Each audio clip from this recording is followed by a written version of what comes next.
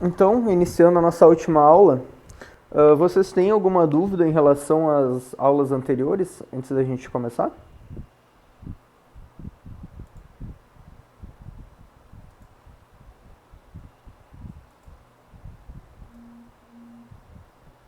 Nada? Beleza. Então, pessoal, o sudo, ele vai servir para quê?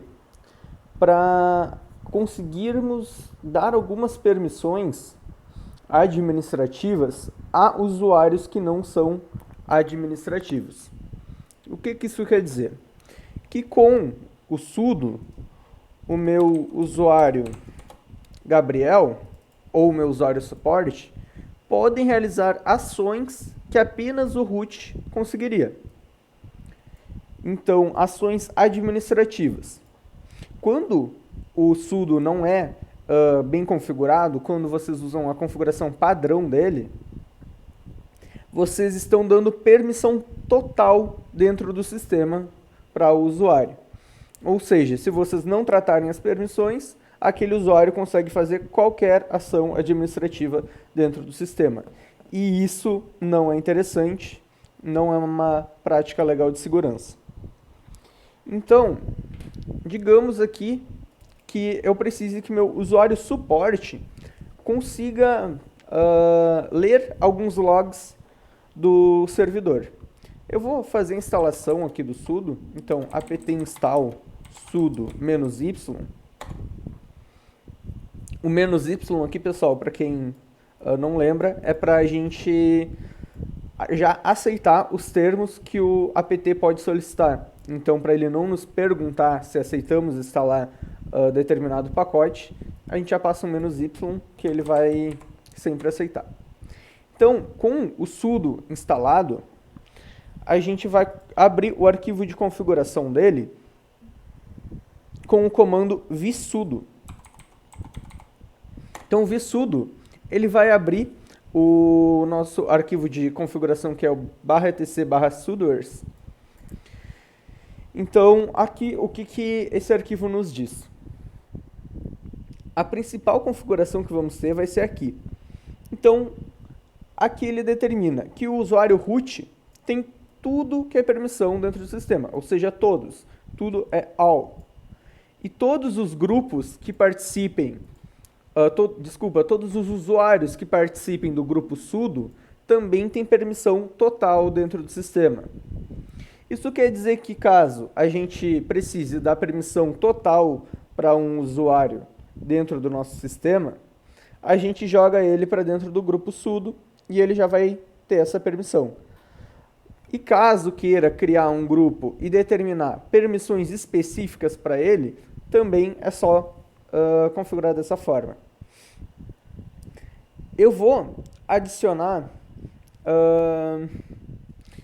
algumas configurações nesse arquivo. São elas. Eu vou criar um alias para um grupo de usuários. O que isso quer dizer? Que eu vou criar aqui, user alias support. Eu vou dizer que meu grupo support, isso aqui não confundam com grupos do usuário do sistema. Isso aqui são grupos de configuração do sudo. Então, não confundam uma coisa com a outra. Então, no grupo suporte, digamos que tem usuário suporte. Caso eu queira adicionar mais de um, eu boto uma vírgula e Gabriel, por exemplo. Então, eu tenho esses dois usuários dentro do meu alias support. E vou criar um command alias também. O que seria esse alias? Eu vou dizer que para gerenciar... então, digamos que esses dois usuários aqui, eles precisem realizar ações no Apache, num servidor web. Então, eu vou dizer que um command alias web vai ser igual a /etc /init.d /apache2 e vou dizer que ele também vai ter o /bin /tail, por exemplo. E agora vamos fazer a configuração das permissões desses usuários. Então, como primeiro parâmetro, eu vou passar qual é o usuário ou o grupo de usuários. Então, eu criei esse alias aqui em cima, então eu vou usar ele. Então, vai ser suporte. Esse suporte vai ter o quê? Vocês vão começar a configurar assim com all. E nele vou passar all, all. Eu vou configurar para ele não solicitar senha no sudo. Caso vocês queiram solicitar senha, dá para configurar também. A gente já vai passar cada uma dessas configurações uma a uma. Só vou demonstrar primeiro aqui para vocês o funcionamento. E o que esse usuário pode fazer dentro do sistema? Quais são os binários e os comandos que ele possui essa permissão? Eu vou dizer que vai ser o web, que seria esse alias criado anteriormente. Eu vou salvar e vou entrar no usuário suporte. Então, se eu der um sudo su, pode ver que ele já pediu a senha, que é um comportamento não configurado, ou seja, eu configurei para ele não pedir a senha e nos permitir apenas aqueles dois binários, que seria do Apache e do Tail. Então, vou colocar a senha do suporte. Podem ver que ele não vai me dar permissão. Podem ver aqui, ó, sinto muito, usuário suporte não tem permissão para executar esse binário, como root em Debian Lab. Ou seja, ele não tem essa permissão. Já se eu der um sudo tail-f /var /log /apache2 /error.log, ou, deixa eu ver, não tem nada aqui dentro, access.log. Então, ó, podem ver que ele executa o comando, ele não retorna erro. Porém, se eu desse aqui um sudo cat, ele já pede a senha e dá erro. Por quê? Porque eu liberei apenas o tail dentro da configuração. Então, eu consigo determinar quais comandos eu consigo rodar com o sudo dentro do sistema. Então, eu coloquei também que pode utilizar o /etc /init.d /apache2. Então, eu vou dar um status. Então, podem ver que, deixa eu dar um sudo, ele rodou normal. Porém, se eu der aqui um ssh, ele não vai rodar, porque ele não tem permissão. Então, dessa forma, a gente vai restringir quais são os acessos que determinados usuários vão ter dentro do sistema e de forma administrativa.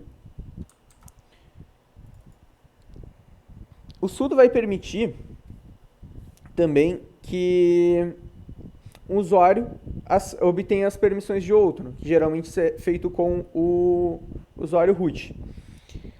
Eu vou mostrar para vocês alguns componentes aqui do arquivo de configuração do sudo. Voltando aqui, a gente vai ver o que? Defaults, ele vai determinar algumas variáveis de ambiente. Ou seja, isso aqui são variáveis do ambiente do sudo. Então, ele está fazendo algumas configurações internas. Aqui ele já nos diz, um próprio comentário, para ver no main, ou seja, no manual dele, quais são essas configurações que vocês podem fazer. Isso vai determinar algumas operações dentro do sudo. Podemos ter também alguns alias. Como eu mostrei anteriormente, os usuários, a gente pode criar uma lista de usuários. Existem os host alias, ou seja, a gente criaria uma lista de servidores, de endereços, então uma lista de hosts. E a lista de comandos que a gente já viu. Pode ser que vocês deixem passar alguns comandos aqui no sudo que vão deixar falhas de segurança no sistema de vocês. Quem aí consegue me dizer um comando que, se eu colocar aqui dentro, claro, tirando bash e su, eu conseguiria tirar proveito dessa falha e tentar escalar um privilégio para root. Ou seja, com o usuário padrão eu virar root. Alguém consegue pensar em um?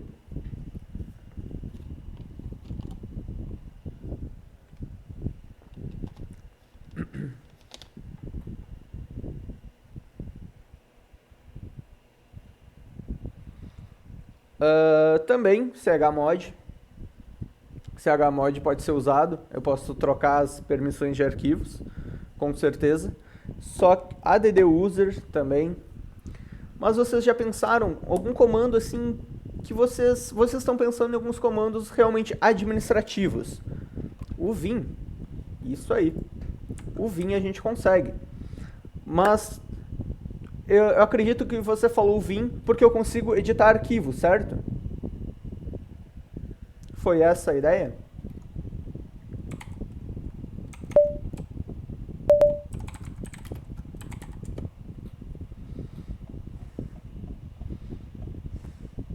Acho que é em barra bin.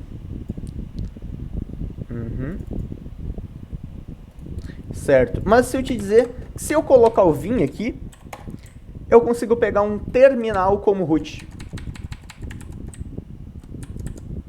Eu consigo fazer que o meu terminal vire de root. Vocês acreditam?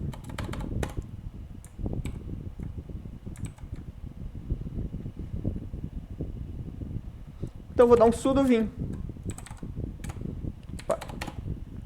Vocês lembram que na aula sobre vim, eu expliquei que vocês conseguem rodar comandos no terminal dentro do vim? Então se eu der aqui um 2 pontos, exclamação bash, aqui eu já estava com root, então deixa eu voltar. Support. Então podem ver que eu estou com o usuário suporte, vou dar um sudo vim, 2 pontos, exclamação bash. E qual é meu usuário agora? Root. Ou seja, aquela permissão que você tinha me restringido apenas para o vim, não adiantou de nada, porque agora eu tenho usuário root. Então, não adiantou nada restringir meu acesso para o vim. Consigo fazer isso com outros comandos? Consigo. Alguém consegue me dar o exemplo de outro?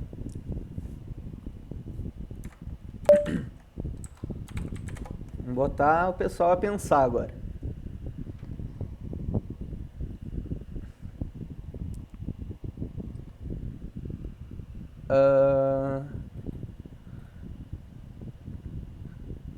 Não, exatamente. Por que vocês dariam?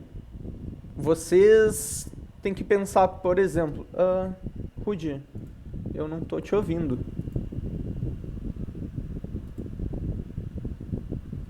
Deixa eu ver.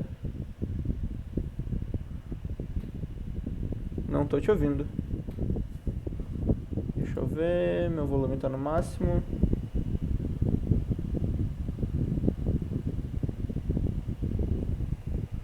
Deixa eu ver.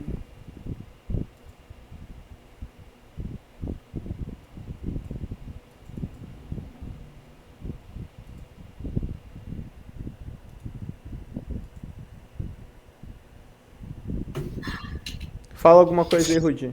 Oi, oi. oi. Voltou. Oi? Era o Chrome aqui que tava com o áudio baixo. Pode repetir o que tu falou ali pra... Não, é que antes de tu colocar o vim no sudo, né, eu tinha te perguntado, porque assim, o usuário normal não tem acesso ao vim, só para deixar claro para o pessoal entender. Sim. Que... O usuário normal, ele tem acesso ao vim. Então aqui eu com o usuário Gabriel, eu vou dar um vim. Só que se vocês verem aqui, ó, quando eu der um ID com o vim, ele está sendo executado com o meu usuário. E se eu tentar abrir o vim, algum arquivo administrativo, então, deixa eu ver, hosts, e tentar fazer uma gravação, ele vai dizer que eu não consigo. Então, digamos que vocês têm um funcionário na empresa de vocês, e ele disse, eu preciso de permissão para editar um arquivo de configuração do sistema. Então, vocês podem ter pensado. Então, eu não quero passar o usuário de root para ele, então eu vou dar permissão para ele rodar o Vim com o sudo. Mas sem colocar ele no sudo, você não consegue virar root? Não, porque quando eu executo qualquer comando com o sudo, qual é o usuário que está executando ele por padrão é root. Então, se eu der um sudo id, aqui ele não vai... deixa eu colocar add user Gabriel sudo. Não tem add user. Isso menos. Tá. Deixa eu demonstrar aqui para vocês.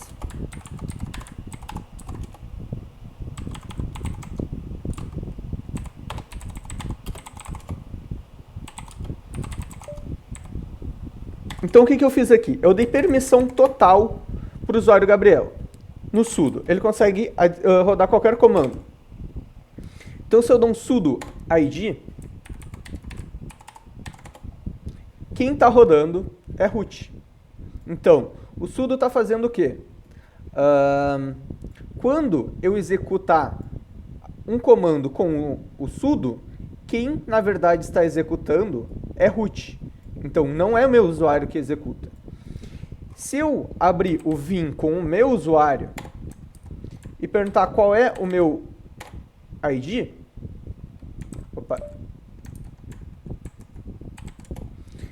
ele vai dizer que é Gabriel. Porém, se eu executar como sudo e pedir qual é o ID do usuário que está rodando, ele vai dizer que é root. Então, o sudo ele vai rodar algum programa como root, por padrão. Tem como rodar com outro usuário? Eu dar um sudo para o usuário Gabriel rodar com o usuário suporte. Consigo também.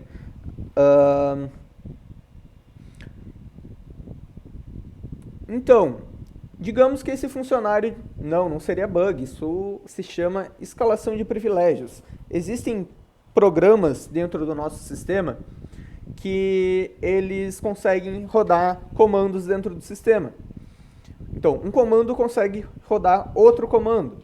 Então, todos esses comandos, eles não são interessantes vocês colocarem no sudo, porque vai ter uma possibilidade de escalação de privilégios.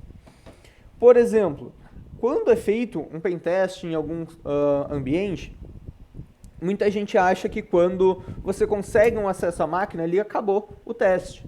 Só que não, ali começa a fase de pós-exploração. Que o que vai ser feito? Vai ser tentado encontrar falhas dentro do sistema de vocês para estar utilizando o usuário root. Então, digamos que eu consegui... Vou fazer uma outra explicação. Digamos que vocês têm um sistema, um RP, rodando no servidor de vocês. E o RP, ele disse que ele precisa... Deixa eu pensar um comando aqui. Vou dar vsudo.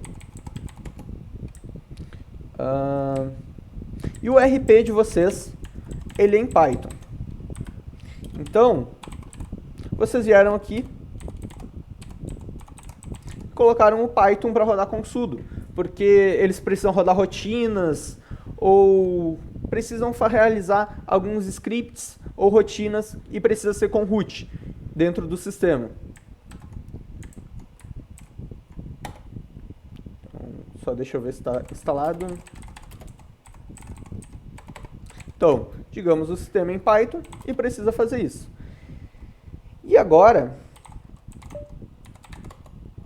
algum hacker conseguiu alguma falha de segurança naquele sistema e conseguiu acesso, só que com o usuário interno do sistema. Ou seja, digamos que esse usuário suporte é o usuário padrão lá do RP. É o usuário onde o RP roda. Então, o hacker conseguiu acesso a esse usuário. Agora, quando ele entrou aqui dentro, ele vai tentar encontrar mecanismos de estar obtendo usuário root. Aí o hacker fez uma análise e descobriu que o sistema de vocês é feito em Python. ele poderia dar aqui um PS, menos AUX e ver os processos que estão rodando. São análises que podem ser feitas. E aí ele pensou, será que eu estou conseguindo rodar o Python com root? Consigo. Então agora o que ele iria pensar? Eu vou tentar usar o Python para estar fazendo uma escalação de privilégios. Então, como o Python é uma linguagem de programação, eu consigo criar scripts ou o que for. Porém, só um comando muito simples que ele pode dar é Python 3 -c import pty, aí pty.spawn /bin/bash. Beleza. Aqui, como eu não dei com sudo, ele retornou o usuário suporte. Porém, se eu usar o sudo, eu obtenho o usuário root. Então, esse seria uma forma, num cenário real, que isso poderia acontecer. Ali o sistema de vocês é feito em Python. Digamos que o sistema seja em PHP. Dá para fazer a mesma coisa, não tem problema. Dá para escalar privilégio. Por isso que a gente tem que tomar cuidado com quais binários permitimos dentro do sudo. Vou dar um outro exemplo. Vocês têm um funcionário. Eu vou dar muito exemplo de funcionário, porque às vezes pode ser que um funcionário esteja meio insatisfeito ou alguma coisa e queira prejudicar. Só que como ele não tem um usuário administrativo, ele pode tentar alguma engenharia social com vocês para tentar algum acesso. Então, digamos aqui o usuário suporte. Quando o usuário suporte, ele precisa buscar algum arquivo no servidor, ele dá um find. Só que se ele der um find em barra e dizer que ele quer arquivos.conf, podem ver que ele vai dar muito erro, ou seja, muito arquivo ele não consegue acesso. Aí ele foi para vocês e disse, olha, eu quero acesso só para encontrar esses arquivos. Sim, em escalação de privilégios a gente tem que tomar muito cuidado no que a gente está fazendo no sistema. Eu vou dar outros exemplos também. Então, digamos aqui que ele disse para vocês, eu preciso de uma permissão para o find lá no sudo para eu estar encontrando os arquivos dentro do servidor. E ele vai dizer para vocês, então, o find ele só vai procurar esses arquivos. Então você não precisa se preocupar em me dar essa permissão. Será que não precisa? Deixa eu dar um locate aqui, locate find. Se eu não me engano é /bin, /userbin. Então, não vi sudo. E vou adicionar aqui na nossa lista o find.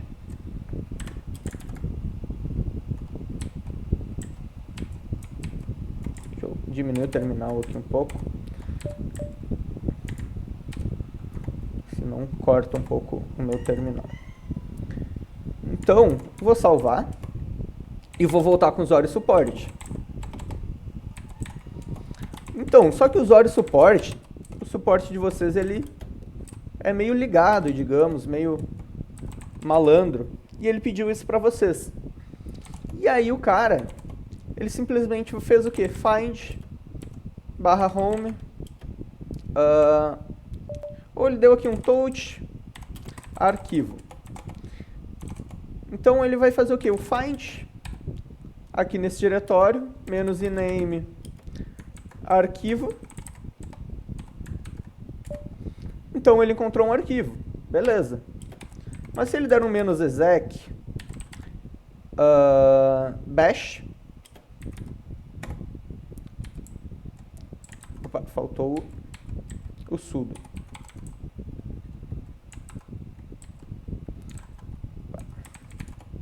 Find ponto, aqui no diretório que eu estou, -ename arquivo -exec bash e rodar como sudo. Qual é meu usuário agora? É root.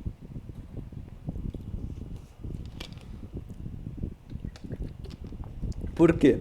Porque eu rodei o find como root. porque eu usei o sudo. Só que dentro do find eu tenho possibilidade de executar outros comandos. E esse comando que eu executei foi o próprio bash. Então ele me retornou um bash do usuário que eu estava utilizando, que era o root. Então dessa forma a gente consegue escalar privilégio. Tem como escalar privilégio com vários arquivos. Tem como escalar privilégio baseado em permissões. Vocês usar o... Deixa eu verificar aqui, era o SwigBit, se eu não me engano.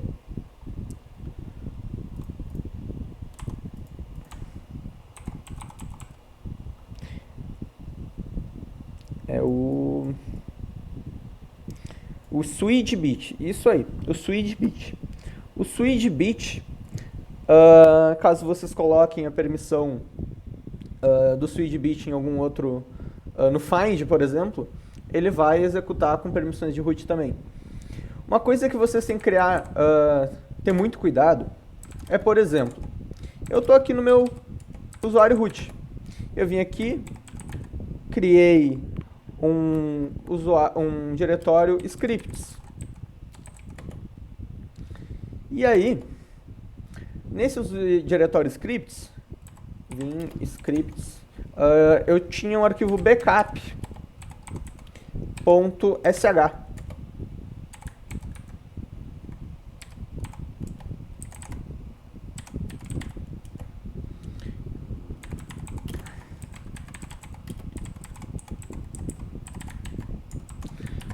E aí, eu criei esse arquivo e coloquei ele no meu cron para rodar a cada um dia, a cada 2 dias. Então, aí eu vi que ao rodar ele, dá permissão negada. Só que eu não fiz o curso de Linux do Remonte do Gabriel. Aí eu não sei das falhas de segurança que pode ter. Aí o que eu fiz? Vim aqui e dei um chmod 777. E esse arquivo está no cron. Agora, qualquer usuário consegue editar esse arquivo. E ele está no cron do root. Ou seja, a cada, digamos, um dia, o usuário root vai rodar esse arquivo. E nisso, o que vai acontecer? Tudo que tiver aqui dentro desse arquivo vai ser rodado como root. Só que o usuário suporte, ele pode fazer o quê? Ele não tem permissão de escrita dentro do diretório do root. Então, cd/root. Ó, ele não tem permissão. Só que vocês deram permissão lá no script. Então, o que eu posso fazer com isso? Eu posso, por exemplo, buscar em barra -iname qualquer coisa.sh e vou redirecionar os erros para /dev/null, porque eu não quero ver o que eu não tenho permissão. E nisso vai me retornar vários arquivos diferentes, e eu vou dar uma olhada. Deixa eu ver...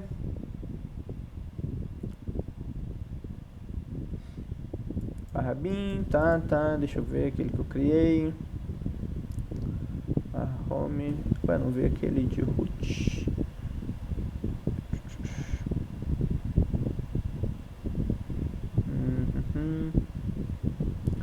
Por que ele não encontrou? Ah, porque ele não tem permissão no diretório. Beleza. Mas digamos que aí eu dei um cat em /etc/cron crontab e vi os arquivos que estão rodando em cron. Porque eu tenho permissão de leitura, mas não tenho permissão de escrita. O que aconteceria? Eu ia ver que o usuário root está rodando aquele arquivo a cada X tempo. E nisso eu ia verificar, será que eu tenho permissão de escrita nesse arquivo?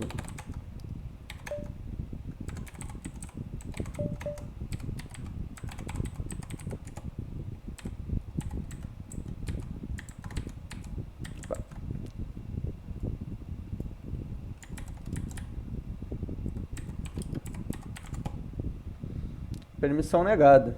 Deixa eu ver se eu dei a permissão no arquivo. Yes. Scripts backup. pwd /root /scripts backup.ch. Sim, eu não vou ter a permissão no diretório, tá certo. Então dá suporte de novo. Eu tentaria abrir esse arquivo. Então, vou dar um vim sem usar sudo. Ele deu permissão negada, mas eu dei um 777. Deixa eu ver. ls-lh.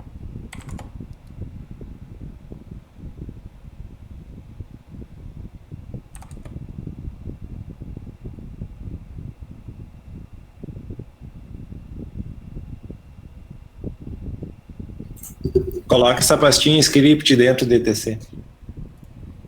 Ah, sim, por causa do usuário root. Tá certo. MV scripts para etc. Então, aqui com o Gabriel, com o suporte,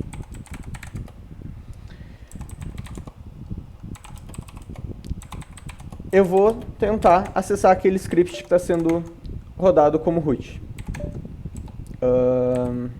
Backup.sh. Então, eu vejo que eu tenho acesso dentro do arquivo. Só que agora, além de fazer o backup, ele vai fazer algum comando malicioso. Eu poderia colocar uma shell reversa, poderia adicionar um usuário, que eu vou dizer só escalando privilégios. Beleza, eu só editei o arquivo, não aconteceu nada. Só que agora, quando o root, com o seu cron, ele for rodar o script, o administrador do sistema nem vai estar vendo que está sendo executado, porque é executado automático. E agora, além de fazer o backup, ele iria escalar os privilégios também. Então, por isso que quando vocês forem criar scripts, criar arquivos dentro do sistema de vocês, nunca deem a permissão 777, porque geralmente pode deixar falhas de segurança. Então, se tem um arquivo rodando cron, seja um binário, seja um script, shell, PHP, um script qual for, vocês não deixem como 777, não deem permissão de escrita para outros usuários. Isso vale para scripts que iniciam com o sistema também, rc.local. Então, esse tipo de script não pode ser executado como ter permissão de escrita como outros usuários. Deixa eu ver uma pergunta aqui. Deve existir um motivo para eles... Sim, Dutra, o que que acontece? Isso não é deixado de propósito um escalonamento. O que que acontece? Install nmap, por exemplo. O próprio comando que vocês estão usando, ele tem essa funcionalidade nativa. Isso, ele falou ali, ó, sempre usar o chmod mais x.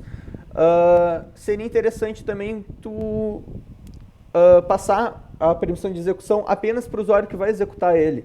Então, o mais x ele vai adicionar para o usuário root, digamos, para o... Roberto, depende do arquivo que tu está lidando. Então, chmod mais x, ele vai dar permissão para root, para grupo e para outros, ou seja, usuário, grupo, outros. Então, o mais x ele vai adicionar os 3x. Caso vocês queiram não dar permissão para outros usuários, vocês dão chmod 700. Isso quer dizer o quê? Apenas o usuário que criou aquele arquivo, que é dono daquele arquivo, vai ter permissão total. O 00 está tirando permissão de outros usuários. Caso vocês queiram, por exemplo, que outros usuários possam ler 740 ou 744, então aí vocês vão vendo o que vai se adequar melhor às suas necessidades. Levei uma invasão no mkout, o Rudimar me salvou. Pois é, e É por isso que eu dei o exemplo do RP. Porque tem muito sistema, não só RP, mas vários tipos de sistemas diferentes, que eles fazem isso. Eles dão permissão para arquivos que rodam em cron, para arquivos que são de uso interno do sistema. E se vocês conseguirem um acesso não privilegiado àquela máquina, vocês conseguem escalar esse privilégio baseado nisso. Então eu vou usar só um último exemplo aqui. Isso aí. Eu vou usar o vsudo.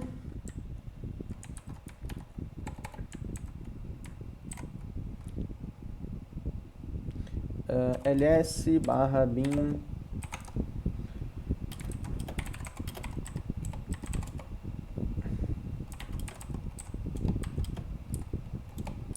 acho que é um tá ali dentro. Então beleza. Eu vou adicionar o nmap aqui dentro. Por quê? Agora eu vou dar de novo o exemplo do funcionário. Vocês têm um funcionário e ele quer fazer alguns testes dentro da rede. E ele disse para vocês, olha, quando eu dou um comando nmap "-ss" aqui, "-ss", ele me diz que eu não consigo rodar porque eu não sou root. Então, eu não consigo rodar como root. Tem como vocês darem permissão ali no nmap para mim? Se vocês forem ver aqui, ele tem um parâmetro que é o "-i". O "-i", só deixa eu encontrar aqui. "-i". Ele é o modo interativo do nmap. Dá aqui um nmap "-i". É I maiúsculo? Deixa eu ver. Wrap inter. Será que eles removeram das últimas versões? Interessante. Nmap "-h". Wrap inter.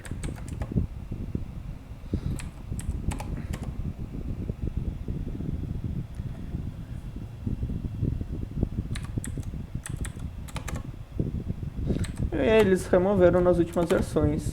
Deixa eu até olhar aqui na documentação da Nmap. Interactive Mode. Deixa eu ver se é agora. Interactive.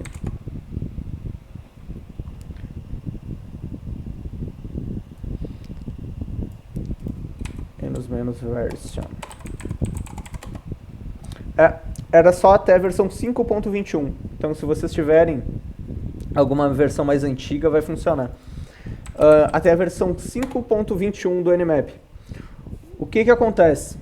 Ele vai... Com o "-i", consegue fazer uma interação em shell. Então, se ele rodar o sudo, também vai funcionar. Essa escalação de privilégios.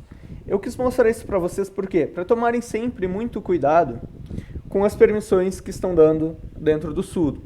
Deem apenas o necessário. Então, precisa de um tail, precisa de um restart num serviço, deem a permissão, mas se restringam apenas o necessário. Gabriel, em resumo então, antes de dar sudo para alguma função, melhor é só eu entender todas as possibilidades de comandos dessa função. Isso, com certeza. Então, só vai dar uma permissão no sudo para algum comando ou algum sistema, caso vocês conheçam tudo que aquilo vai rodar dentro do sistema de vocês, porque vocês podem estar abrindo alguma brecha de segurança. Alguma dúvida?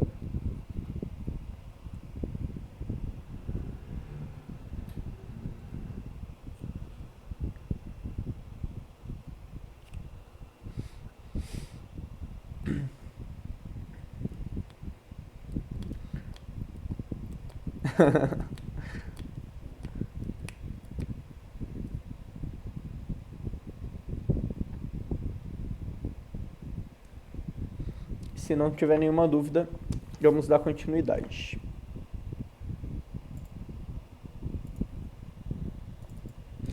Então, agora vamos falar sobre módulos. Aí a CLT. Então tá, voltando aqui ao conteúdo. A gente vai falar sobre módulos do kernel do Linux. Então, o que são módulos?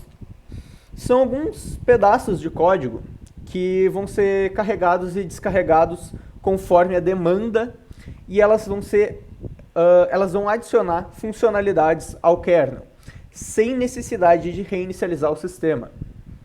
Então, os módulos eles vão ficar gravados em /user lib modules. Então, podem ver que aqui dentro está a versão do kernel atual. Então, podem ver que aqui tem alguns diretórios.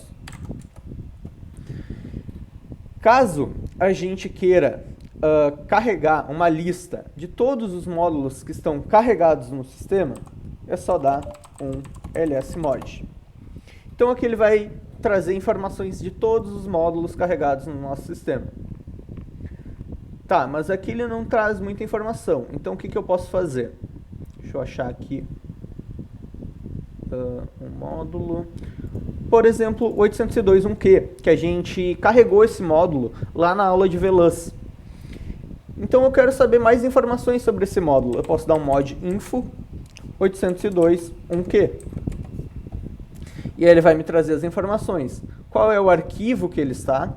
Então, geralmente os módulos também vão terminar com a extensão .ko.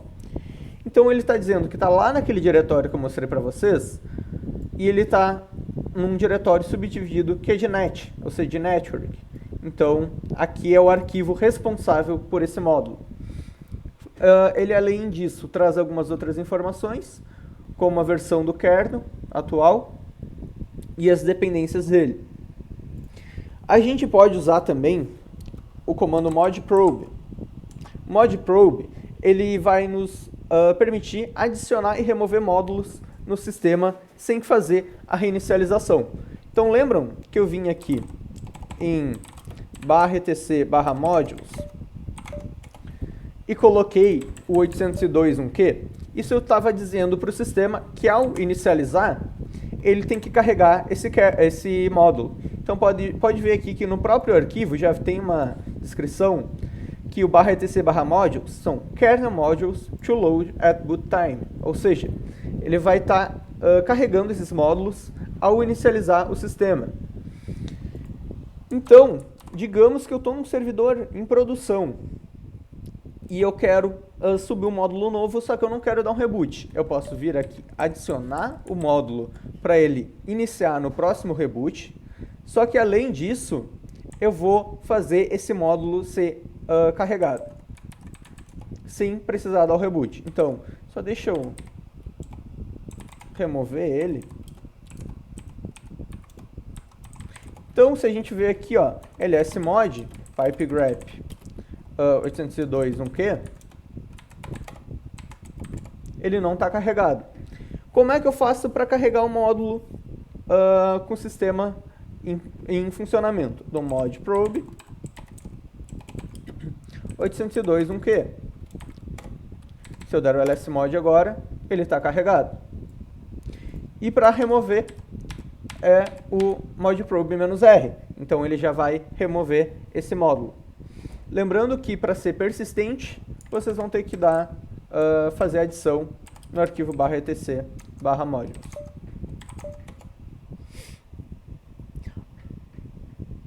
Alguns comandos úteis que a gente vai ter também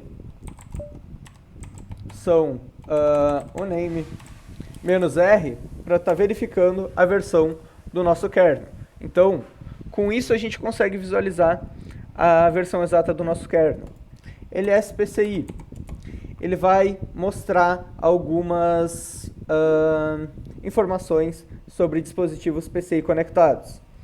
ls USB, sobre dispositivos USB conectados. lshw, está desinstalado. Deixa eu instalar lshw.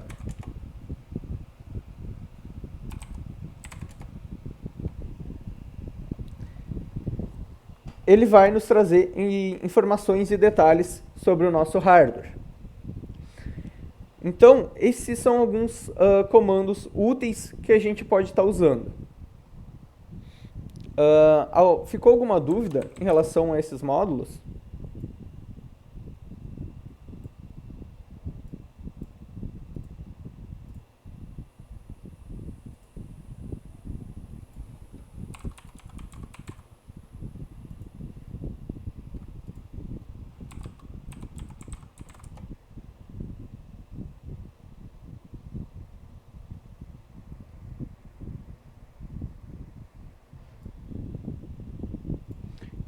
Isso aí, antigo Everest. Depois virou o AIDA também, né?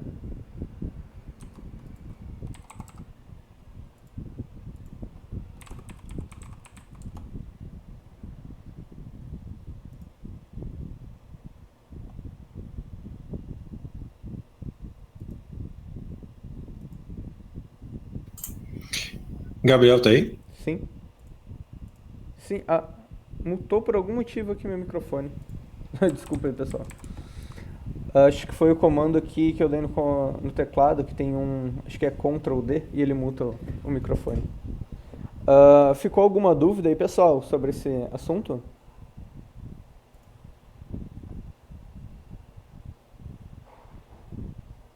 Se puderem responder aí no chat.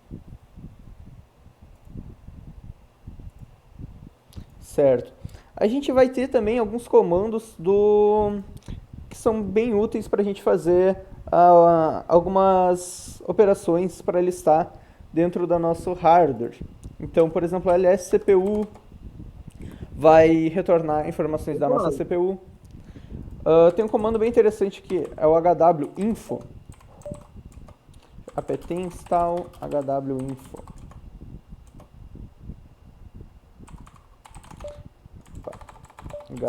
hwinfo, que ele vai nos trazer algumas informações gerais do nosso hardware também. Então podem ver aqui que ele nos traz diversas informações. Caso vocês estejam fazendo algum debug ou alguma coisa relacionada a drivers, adicionando um dispositivo novo, esse tipo de coisa vocês conseguem ver por aqui. Também tem o comando free, que mostra sobre o uso de RAM. Vocês conseguem também estar visualizando isso por dentro de /proc. Então lembrem que lá eu tenho, por exemplo, CPU info, devices, então diversos arquivos que eu consigo estar visualizando informações. Então se eu der um cat CPU info aqui, eu vou estar vendo informações de CPU, cat, devices, eu vou estar vendo informações de dispositivos. Então tem diversas formas para estar verificando algumas questões de hardware e partições, e PCI, e USB. Então, quando vocês precisarem debugar esse tipo de coisa, esses comandos vão ser úteis. Também tem o hdparm, apt install hdparm.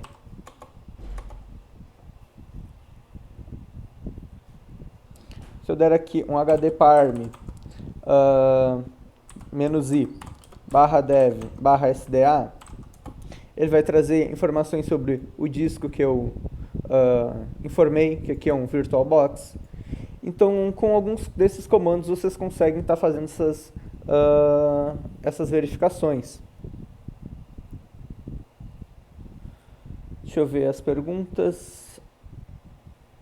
Para que serve um módulo? O módulo ele vai adicionar alguma funcionalidade ao kernel do sistema para alguma funcionalidade que não vem nativa dentro do nosso kernel, como funcionamento de VLAN. Então, foi o exemplo que a gente viu aqui. Então, para funcionar VLAN, eu preciso adicionar um módulo ao kernel. Então, como eu falei antes, um módulo ele é simplesmente um pedaço de código que vai estar criando uma nova funcionalidade sem a gente precisar dar um reboot. Mais alguma dúvida, pessoal? Eu mandei também, não sei se vocês, se tem alguém da última turma aí na aula.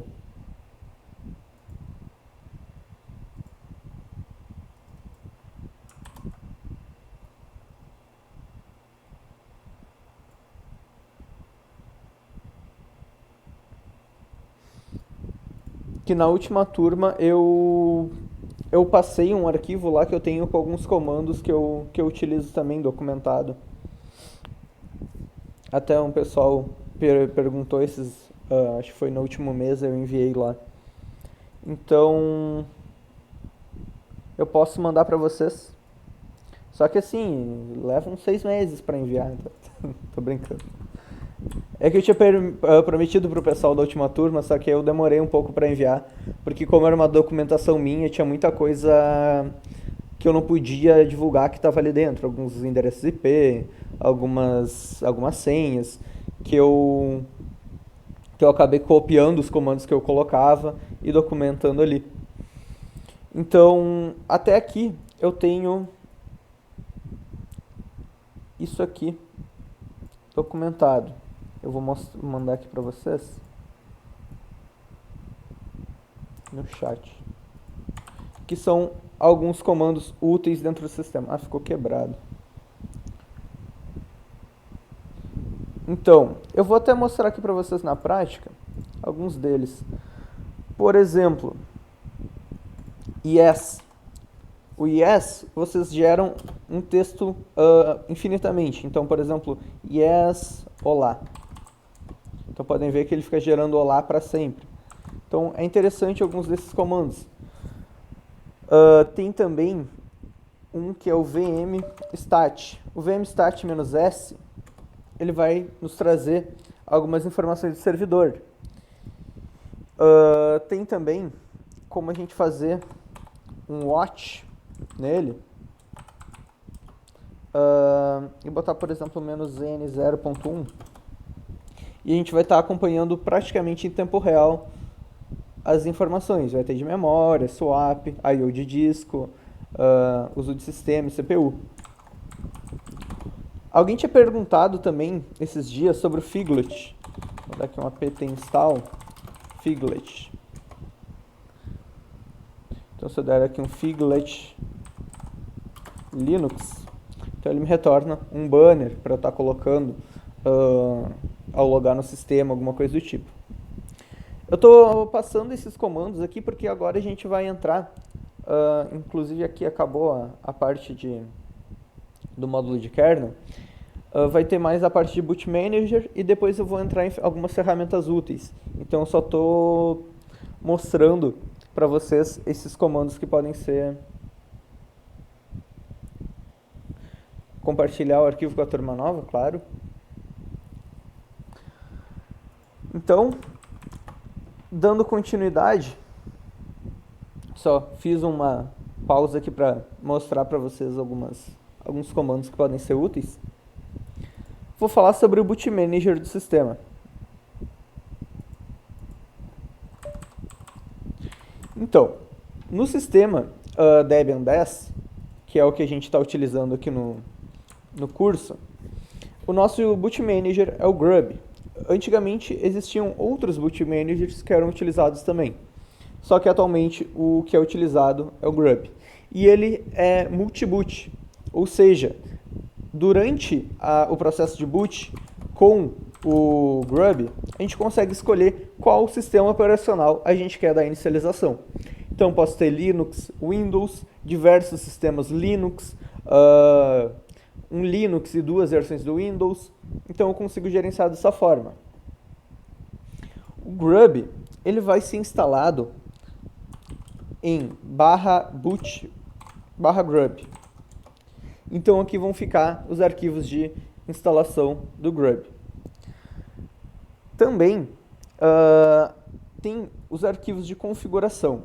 Então, teria o arquivo /boot /grub /grub.conf, e esse arquivo não pode ser editado, porque ele é gerado automaticamente pelo grub mkconfig. Então, o arquivo de configuração que pode ser editado fica em barra etc, barra grub, barra default, barra grub. Então, esse arquivo vocês podem editar. E aí o grub mkconfig vai gerar um novo arquivo lá no diretório de instalação. Então, eu só quis passar aqui para vocês só um overview mesmo sobre o grub. E eu deixei na apostila um processo que é bem útil em caso que vocês quebrem o grub ou façam um dual boot e acabem removendo o grub. Então ali, geralmente, quando vocês têm um Linux instalado e instalam o Windows junto, vocês perdem o grub. Aí eu deixei ali na apostila um processo mais genérico para estar resolvendo esse problema. Então, claro, esse processo ele não vai ser eficaz em todos os casos, porque pode ser que em algum caso específico vocês precisem de alguma coisa a mais. Então, ele é mais para dar um norte para vocês, e eu deixei bem descrito ali na apostila. Acho que alguém ia fazer uma pergunta.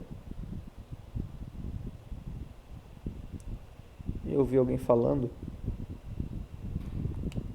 Alguma dúvida, pessoal?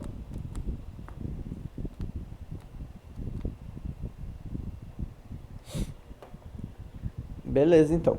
Eu vou entrar aqui na parte de ferramentas úteis para a gente estar utilizando no nosso sistema. Que são para quê? Para fazer algum debug, para fazer algum teste, são diversas ações que podemos fazer dentro do sistema. São elas. HTOP, eu vou entrar em primeiro lugar, que eu já mostrei para vocês. E com ela a gente consegue estar visualizando os processos, enviando sinais para processos, fazendo busca aqui dentro de uma forma bem visual. Então, se eu der ali um F3, um search, e procurar por rsyslog, então ele já me manda direto para o processo que eu quero. Se eu quiser fazer um filter, ou seja, mostrar só o que tem rsyslog, eu consigo também com F4. Então, nele a gente consegue fazer esse filtro de processos de forma mais visual. Usando também o F5, ele vai mostrar em árvore, ou seja, vai mostrar qual processo gerou um subprocesso. Então, quais são os processos pais e os processos filhos. E o F9, a gente vai enviar sinais para um processo. Por exemplo, opção 9 vai matar o processo que a gente escolher. A gente vai ter também o IOTOP. Então, apt install IOTOP.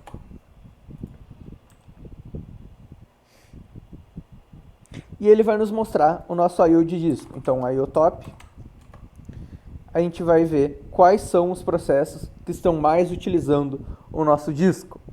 Então, caso vocês estejam com algum problema de velocidade de leitura e escrita e queiram debugar qual é o processo que está ocupando todo o I/O, vocês conseguem utilizar esse utilitário.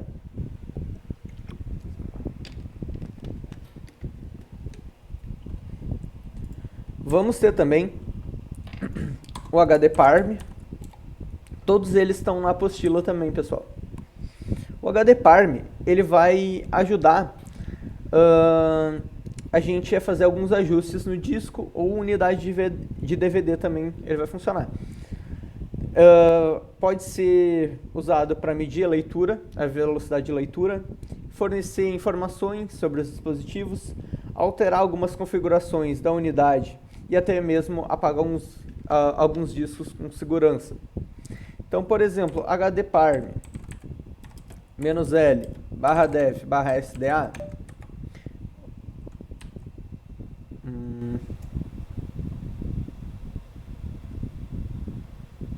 HDParm HDParm -L /dev /sda L maiúsculo ou é -i? Acho que é -i aqui. É -i. Que eu peguei da apostila e parecia um L. Então aqui vamos ter algumas informações sobre o nosso disco. O modelo, o serial, diversas informações que podem ser relevantes para vocês estar fazendo algum debug. Caso eu queira testar a velocidade desse disco, eu utilizo um "-t". E ele vai fazer o teste da velocidade de leitura do disco. Então, podem ver aqui que ele está lendo em 702 megas por segundo. É uma unidade virtual. Se eu fazer aqui, deixa eu ver se o meu tem HD Parm. Fazer um DF menos TH.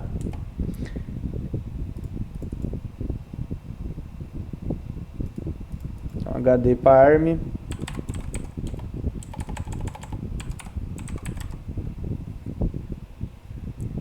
Então, ls fdisk menos L. Deixa eu ver meus discos. Sudo fdisk menos L. Isso aqui é minha máquina real. Então, deixa eu ver aqui o nome do meu disco, NVMe 0N1. Então, eu vou dar um HD Parm sudo HD Parm -t nesse dispositivo. Vamos ver qual a velocidade dele. Então, mesma coisa praticamente da máquina virtual. Tem também como fazer o teste sem passar por um buffer do kernel, que por passar por esse buffer pode ser que dê alguma alteração no nosso teste. Então vocês façam -" direct. Aí ele não vai passar por um buffer do kernel. E podem ver que foi mais rápido. Caso queiram apagar um disco com segurança, eu deixei ali um comando na apostila que ele vai ajudar vocês a apagar com mais segurança um disco, ou seja, para dificultar um pouco a recuperação dos dados, caso seja necessário. Exemplificar o dual boot, Eric. Então, você ter vários sistemas instalados na sua máquina. Então, por exemplo, você vai ter ali uma partição para o seu usuário, para o seu sistema Linux, uma partição para o seu sistema Windows, ou você vai ter 2 Linux instalados. Por exemplo, você tem um Debian e um Ubuntu. Então, você vai ter um dual boot de Debian e Ubuntu. Vai ter dois sistemas disponíveis naquela máquina. E durante a inicialização que você vai escolher qual é o sistema que vai ser bootado. É basicamente isso mesmo. A gente tem outra ferramenta bem interessante que é o ipcalc. Então, deixa eu ver se está instalado aqui. ipcalc. Não. Então, vou dar um apt install ipcalc.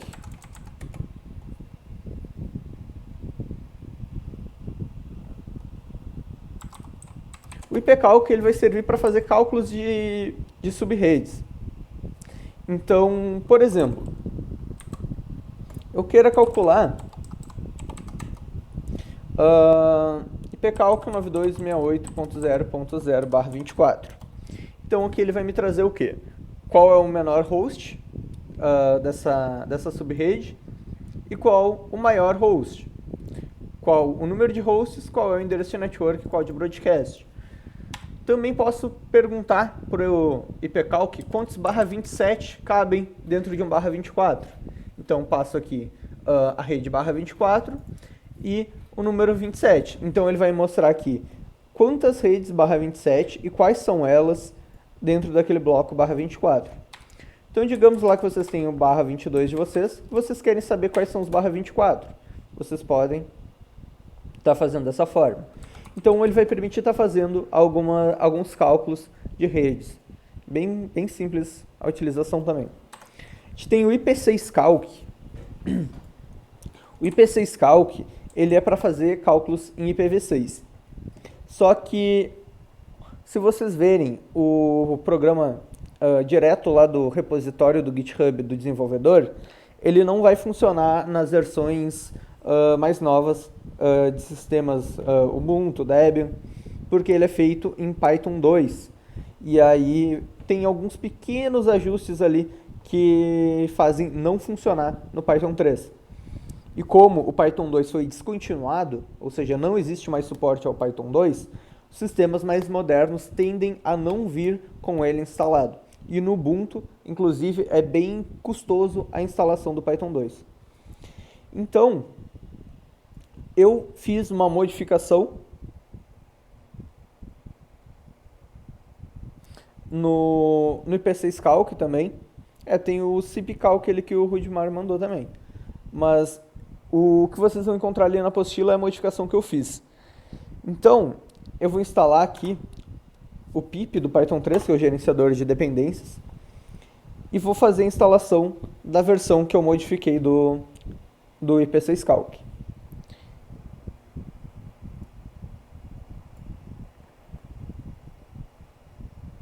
Está terminando a instalação.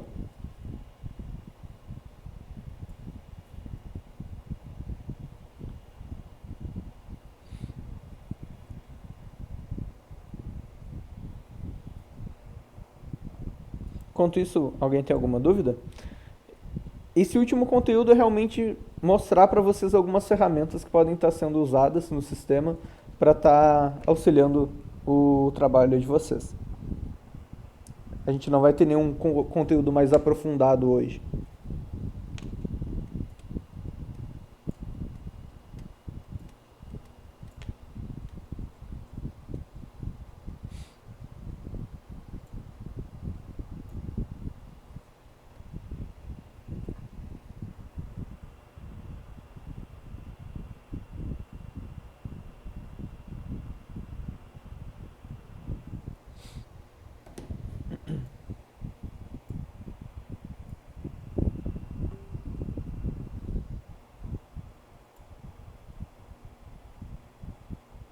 Concluindo a instalação aqui.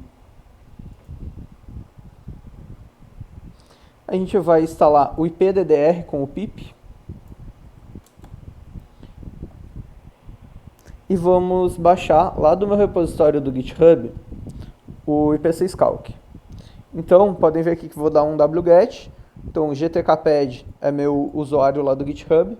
E vou estar exportando ele para dentro de /user/bin. Então, feito. Vou dar um chmod mais x para dar permissão de execução. Agora IP6 Calc dos 2001, DB8, 2.2. /56, por exemplo. Então ele já me traz as informações dessa rede que eu utilizei. Reduz o zoom, Gabriel, e dá o comando de novo, que ele mostra umas coisinhas ali das máscaras. Ele mostra aqui, ó.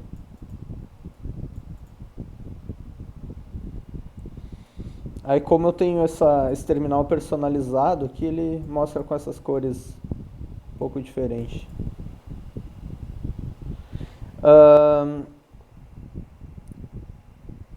Beleza, então vou prosseguir.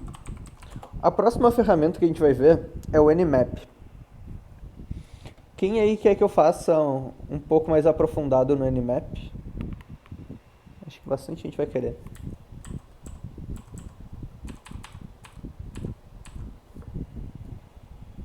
Beleza. Então, o Nmap dá para fazer um curso só dele, basicamente. Mas a gente vai ver alguns comandos, alguns parâmetros um pouco fora do comum que a gente usa no Nmap. Então, por exemplo, digamos que eu queira descobrir hosts vivos dentro da minha rede. Eu utilizaria o nmap-sn. Então, a minha rede aqui é o 9268.10.0/24. Com isso, eu vou passar aqui o "-v" também para ele entrar em modo verboso e me mostrar enquanto ele está rodando. Então, com o "-sn", eu vou verificar quais hosts estão vivos dentro da minha rede. Então, podem ver aqui que essa saída ficou um pouco suja. Então, deixa eu botar "-up", se eu não me engano.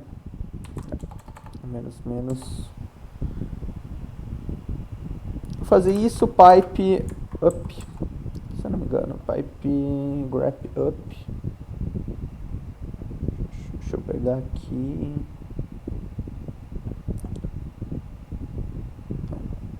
Beleza. Eu vou jogar isso para um arquivo, então, para já mostrar uma outra funcionalidade para vocês. Então aqui o SN, ele vai verificar se o host está vivo.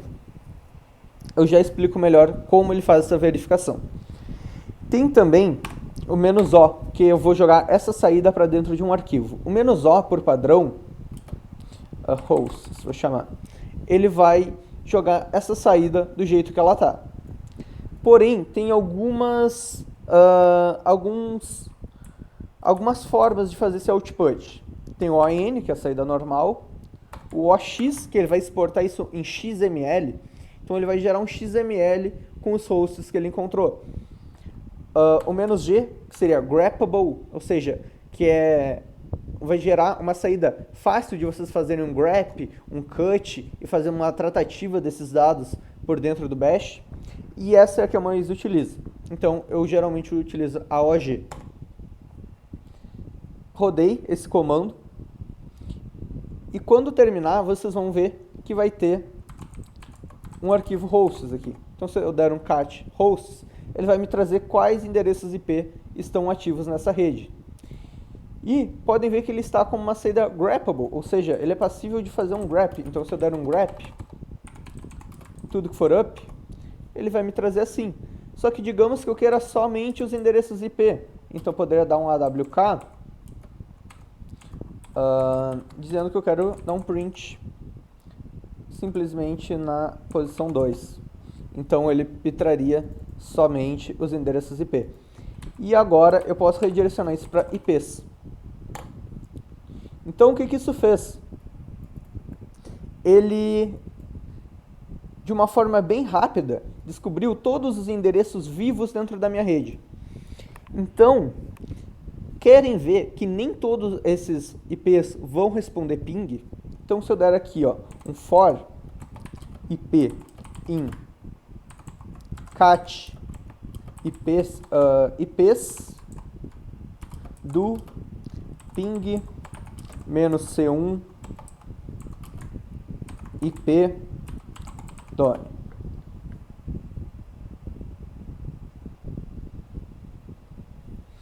Então vocês vão ver que nem todos esses endereços vão responder ICMP.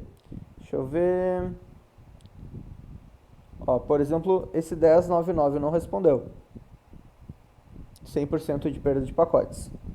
Outros responderam aqui. Então, se ele não está respondendo o ping, como é que o Nmap descobriu que ele está vivo? Porque o "-sn, ele não vai simplesmente mandar um ping para aquele host. O que ele vai fazer? Ele vai enviar pacote ICMP, ou seja, ping, vai enviar um pacote SYN e vai enviar um pacote ECK. Por quê? Digamos que ele enviou pacote ICMP, só que aquele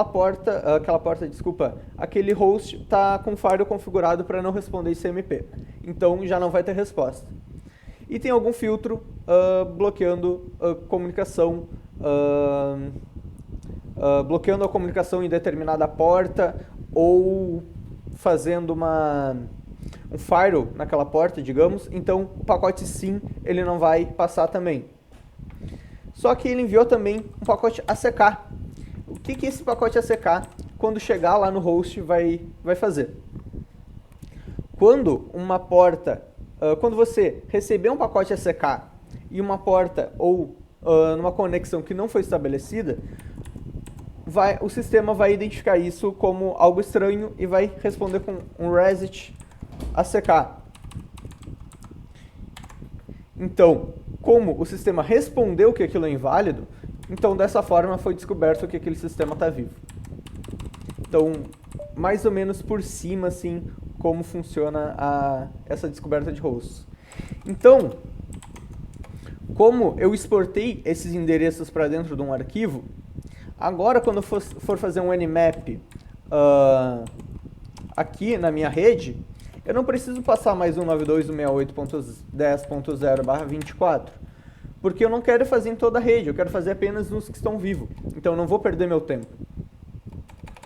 Então, agora, eu vou utilizar o "-pn", que ele não vai tentar verificar se o host está vivo. A gente já verificou isso, então eu vou poupar esse trabalho.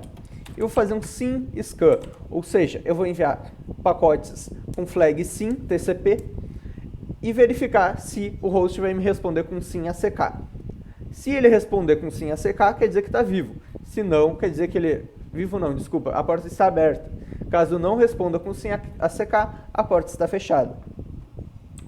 Só que em quais endereços eu vou fazer essa varredura? Numa lista, então eu passo "-il". Então essa lista se chama IPs, que é o arquivo que eu gerei. Então, podem ver que agora eu não passo mais endereço de IP aqui. E eu vou fazer um "-v". Então, agora ele vai escanear as portas dessa rede. Então, podem ver aqui que ele já está encontrando.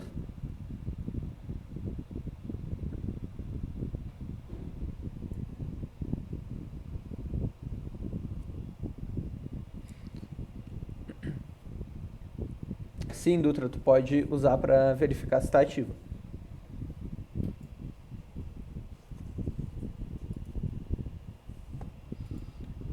Eu vou interromper aqui o script e vou mostrar para vocês que eu posso também enviar a saída dessa varredura em algum outro arquivo. Então, eu vou fazer um OG para ser grepable e vou colocar como portas. Então, eu vou gerar um arquivo portas aqui dentro do meu diretório com os hosts e as portas abertas. E vocês vão ver agora o porquê que a opção grepable ela é interessante.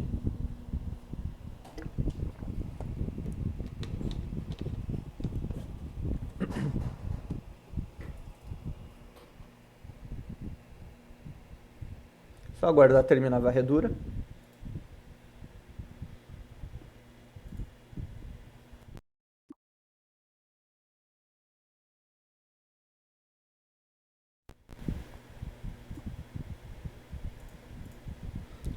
Aguardar mais um momento.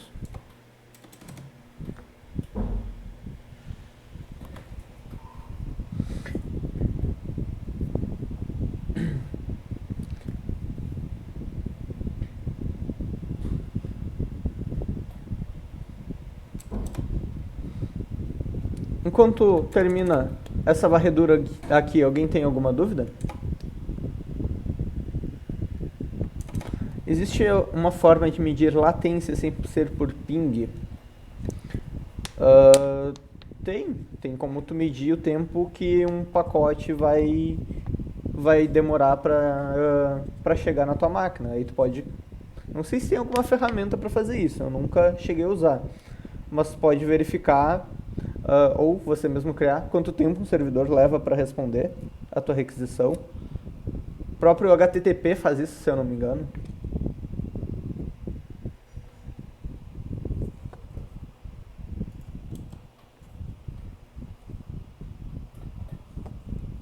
Então, concluindo aqui a varredura. Enquanto isso, eu vou falar para vocês de algumas outras flags que tem. Então, eu coloquei na apostila algumas que vocês vão poder usar. Então, o SS, o SYN-SCAN, o SU, o DP-SCAN e SUV, que quando vocês forem fazer de SCAN de portas UDP, eu recomendo que vocês coloquem um V maiúsculo no final, porque ele vai tentar se conectar ao serviço. Isso, em alguns momentos, vai melhorar para vocês não ter uma ambiguidade no teste. Tem o ST, que é o TCP Connect, ou seja, ele não vai apenas enviar uma flag SYN e encerrar aquela conexão. Que o SS, ele não estabiliza a conexão com o host. Tu vai fazer um teste que vai enviar um pacote SYN e caso responda um SYN-ACK, você vai encerrar aquela conexão antes de ser estabilizada. Porém, se vocês usarem o ST, ele vai se conectar realmente àquele host. Então, isso aqui abre uma conexão. "-p", você informa as portas que quer escanear. "-p-", ele vai escanear todas as portas dentro daquele host. SF faz fin scan e SN faz um null scan. Esses aqui eles geram muita ambiguidade e não funcionam tão bem. Então, o SF ele vai enviar flag sim para o host, e o SN ele vai enviar pacotes que não vão ter nenhuma flag, vai ser nula, então vai ser um null scan. Enquanto isso, deixa eu ver como é que está o scan aqui, 98%.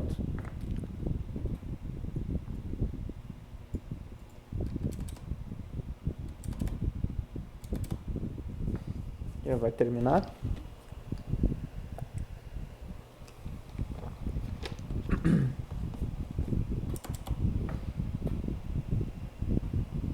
Beleza, então agora ele me retornou todas as portas abertas, as portas padrão, porque quando eu não informo quais portas eu quero, ou uma range, ele vai enumerar as 100 portas mais utilizadas. Então ele vai pegar 100 portas mais utilizadas e vai verificar. Então, podem ver que aqui ele me retorna de uma forma que é bem organizada. Só que lembram que eu exportei isso para um arquivo chamado portas? Então vocês podem ver aqui que ele vem num formato bem legal. Isso quer dizer o quê? Que eu consigo fazer um grep, um cut para ver quais as portas que estão abertas. Então eu posso verificar aqui, por exemplo, quais hosts têm HTTP. Então agora eu sei quais hosts dentro dessa rede têm HTTP. Eu quero saber quais têm SSH. Então eu sei quais têm SSH. Então caso eu queira direcionar um scan ou uma verificação, eu consigo fazer dessa forma. Eu quero saber o que tem HTTPS. Então agora eu sei quais endereços têm HTTPS. Deixa eu ver aqui o que mais dá para fazer de interessante. Eu poderia, por exemplo, fazer um cut e pegar determinadas partes dessa saída para fazer uma tratativa. Então, por isso que eu gosto de exportar para esse formato com "-OG", que ele fica bem fácil de trabalhar e fazer busca depois. Alguma dúvida sobre o Nmap? Claro que se eu ficar falando do Nmap aqui, dá para passar a noite falando e fazer um curso inteiro. Vocês sabiam que com o Nmap é possível de fazer scan de vulnerabilidade? Não apenas portas. Vocês conseguem fazer brute force com o Nmap. Vocês conseguem explorar vulnerabilidades com o Nmap. Tudo isso vocês conseguem. Então, o Nmap ele não é simplesmente um scanner de porta. Ele é uma ferramenta muito poderosa. Então, se vocês passarem, por exemplo, Nmap -pn, deixa eu dar um cat aqui de novo. Eu vi que tem um endereço que o final é 99. Então, eu vou fazer o quê? Nmap -pn -p 80 e 443, que foram as portas que eu encontrei naquele host, 192.168.10.99. Então, eu estou falando aqui para o Nmap que eu quero escanear essas portas, só que eu vou fazer um SSV, que agora eu quero pegar a versão do serviço que está rodando lá dentro. Então, eu vou dar um "-v" aqui. Então ele vai se conectar nessas portas e vai capturar o banner desse serviço. Aguardar ele concluir.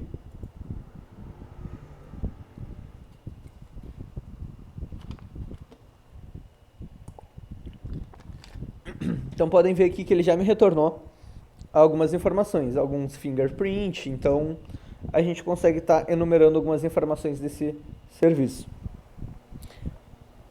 Aqui ele retornou no formato bem chato aqui de verificar, mas vocês podem automatizar ainda mais caso queiram. O que eu posso fazer com esse host? Eu posso usar o NC. NC são scripts que a gente roda com o Nmap.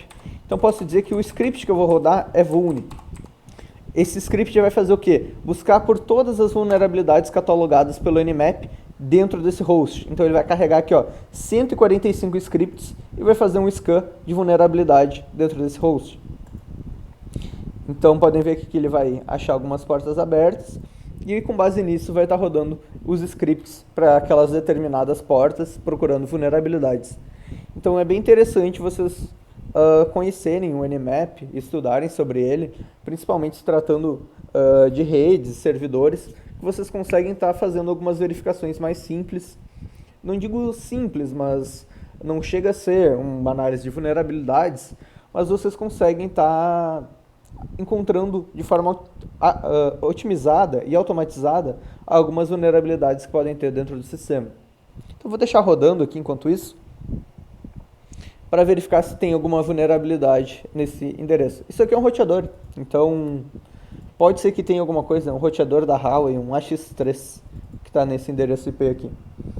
Então podem ver que ele está tentando fazer injeção de CCS, SSL, então diversas tentativas de ataque ele vai tentar fazer. Algumas ele vai tentar explorar a vulnerabilidade e outras não. Então quando forem utilizar esse tipo de script, utilizem em hosts que são seus. Então, porque pode ser que eles tentem fazer uma conexão na máquina, isso vai gerar log, pode ser que dê problema para vocês caso façam no host que não é de vocês. Vamos fazer um intervalo, pessoal. Enquanto isso, eu vou deixar rodando aqui esse teste. Alguém tem alguma dúvida? Ele terminou. Então vamos ver se ele achou alguma falha. Então, ele encontrou algumas coisas aqui pra mim. Ele fez um fingerprint, ou seja, ele... Deixa eu ver o que ele achou. Ele me trouxe algumas informações das requisições que ele fez. Que mais? Ele não achou nenhuma falha de CSRF. Então, podem ver que ele me trouxe as informações do que ele tentou fazer. Deixa eu ver se ele encontrou alguma falha. Não encontrou nada. Então, com o Nmap aqui eu consigo fazer isso. Caso vocês queiram procurar um script do Nmap, algo específico, vocês têm, deixa eu lembrar que é cd/userlib nmap. Não é. Deixa eu conferir aqui o diretório. Só um momento.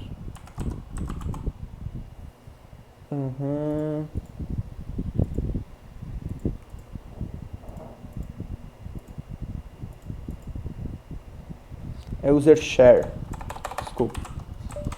Nmap scripts. Aqui vocês vão ter um arquivo chamado scripts.db. E nele vai ter todos os scripts que é aceito dentro do Nmap. Por exemplo, se eu der aqui um grep microtik em script, ele vai me dizer que ele tem um script para o Nmap para rodar um brute force em microtik, em RouterOS. Então, com o Nmap eu consigo fazer brute force em microtik. Eu quero achar alguma coisa em relação ao bind 9, vou botar bind 9, ele não achou, bind não achou nada também. Então, digamos, Apache, então ele encontrou alguns scripts relacionados ao Apache. Tem, se eu não me engano, sobre SNMP, vai ter alguns scripts. Então, por exemplo, SNMP brute, vocês querem fazer um brute force de community em SNMP, vocês conseguem com o Nmap. Então, diversas operações mais complexas, além de simplesmente um port scan, vocês conseguem estar utilizando o Nmap. Então, é bem interessante estar conhecendo a ferramenta. Vamos para o intervalo então, pessoal.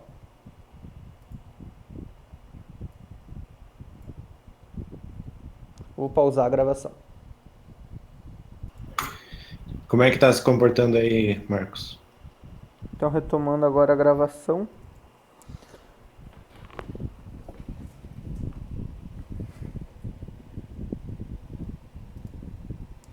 Eu vou falar agora sobre o utilitário do Ruiz. O Ruiz, ele vai ser um utilitário de linha de comando que ele vai utilizar o protocolo do Ruiz, que é usado para consultar bancos de dados que armazenam informações sobre quem são os proprietários ou registrantes de um domínio, IPs e ASNs também. Então, deixa eu ver se está instalado. Tá. Então, Ruiz, se eu der, por exemplo, Ruiz, google.com.br, ele vai me trazer as informações. Vocês estão ouvindo o Gabriel ou eu que, para mim, tá mudo o Gabriel? Tava mutado aqui, desculpa. Então, eu vou voltar na minha explicação. Então, a gente vai ver agora o Ruiz, que ele é um utilitário de linha de comando, que vai utilizar o protocolo Ruiz, que ele serve para consultar bancos de dados que armazenam algumas informações de proprietários e registrantes de um domínio, IP ou ASN também. Então, por exemplo, se eu der um Ruiz em google.com.br, ele vai me trazer informações do registrante desse domínio. Então, servidores DNS, etc. Se eu passar num IP, então Ruiz 8888, ele vai me trazer que esse endereço, cadê?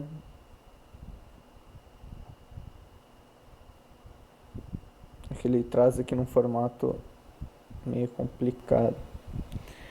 Então, ele vai dizer que esse /24 é do Google. Então, esse endereço é do Google e vai trazer qual a range, a subrede que ele pertence. Então, vocês podem ver aqui que é bem chato assim de estar visualizando a saída no Ruiz. Até por isso foi criado um outro protocolo para estar fazendo essas operações, que é o RDAP.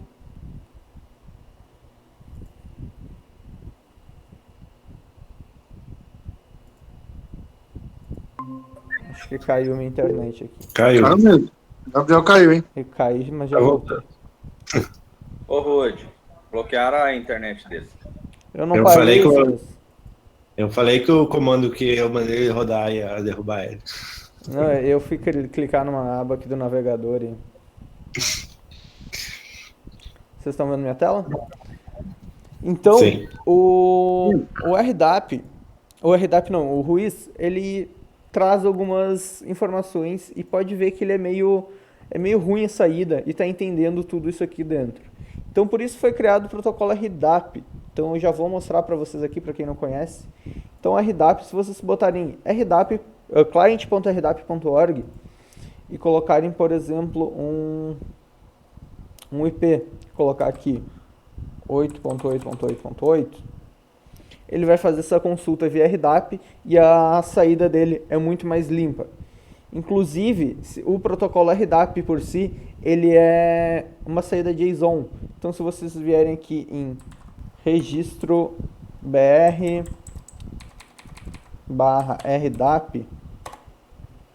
vocês vão ver que ele tem alguns endpoints aqui. Por exemplo, esse aqui. Então, se eu passar aqui esse IP, ele vai me trazer em formato JSON as informações daquele endereço que eu solicitei. Então, é muito mais organizado e muito mais fácil. Então, para quem tem interesse em integrar alguma coisa, é só uma curiosidade que eu passei aqui para vocês. Beleza? Então, o Ruiz ele é bem simples de usar, não tem muito mistério, é realmente passar a informação. Então, seria isso. A gente pode utilizar também o DIG para estar fazendo consultas de DNS. Deixa eu ver se ele está instalado, tá? Então o DIG ele vai ser uma ferramenta para estar realizando consultas em DNS e diagnosticando alguns problemas. Por exemplo, eu vou utilizar o DIG e vou resolver facebook.com.br. Então podem ver que ele me traz aqui o endereço IP, porém digamos que eu queira trazer apenas o IP, eu não quero tudo isso de saída, eu boto mais short, então ele vai me trazer apenas o IP. Porém eu quero fazer um trace das consultas desde lá do root server que ele está fazendo, então eu posso botar mais trace. Então ele vai mostrar todo o processo que ele fez. Eu posso colocar por exemplo, aqui, um arroba e dizer que eu quero consultar isso no servidor de DNS do Google. Então pode ver, achei até que ele me trouxe um outro endereço aqui. Não mesmo. É o mesmo. Não, é outro. Então pode ver até que no DNS do Google ele resolve outro endereço. A gente consegue fazer consultas de diversos tipos. Então se a gente der aqui um dig, por exemplo, deixa eu pegar aquele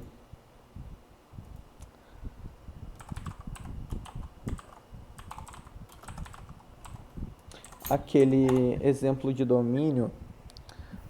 Mandei no...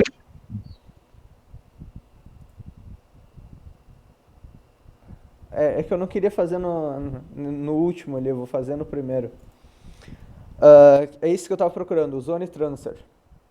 Então, por exemplo, se eu passar aqui para fazer um AXFR, que é uma transferência de zona, então eu consigo fazer também, aí eu consigo obter todos os domínios daquele servidor. Então, vocês conseguem fazer diversos parâmetros. Eu, depois da aula, posso mostrar em outros casos funcionando isso aí, esse tipo de falha. Como não fica gravado. No DNS eu vou bater bastante nessas coisas aí. Isso aí. Então, falar também sobre a ferramenta host. O host, se eu passar aqui hostgoogle.com.br, ele vai me resolver o endereço do Google. Então eu posso forçar também uma consulta por IPv4. Então, host -4, ele vai forçar uma consulta por IPv4. Então, se eu posso forçar também por IPv6. Então, a consulta eu vou fazer por IPv6. Não que eu vou retornar apenas o IPv6, mas minha consulta vai ser feita por IPv6. Ele até dá um timeout aqui. O "-t", eu passo qual tipo de consulta eu quero fazer. Então, eu quero pegar NS. Quero saber quem são os name servers do Google. Eu quero saber quem são os mail exchange do Google. Eu quero saber o que tem no TXT, ou seja, se ele tem SPF. Então, ele tem um SPF aqui, configurado. Eu quero saber, então, diversos tipos de informação. Vocês podem passar um N também, que ele vai trazer tudo o que ele conseguir. Então, esse tipo de informação vocês conseguem coletar. Então, eu posso passar também AXFR em zone transfer.me e como segundo parâmetro eu passo o servidor de DNS que eu quero consultar. Então, vou passar esse aqui. Ele vai conseguir transferir a zona. Deixa eu ver aqui o que mais que temos. O DNS Top. O DNS Top, deixa eu abrir aqui em algum servidor em outra aba para mostrar para vocês. O DNS Top seria mais para um servidor DNS. Sim, por isso que eu vou entrar aqui numa outra aba.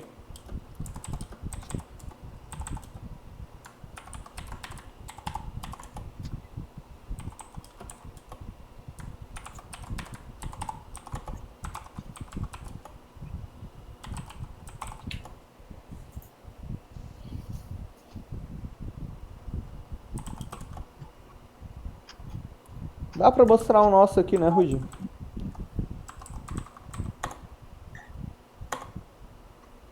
Aparece IP? Ah, vai aparecer. Não, deixa eu ver. Deixa eu testar.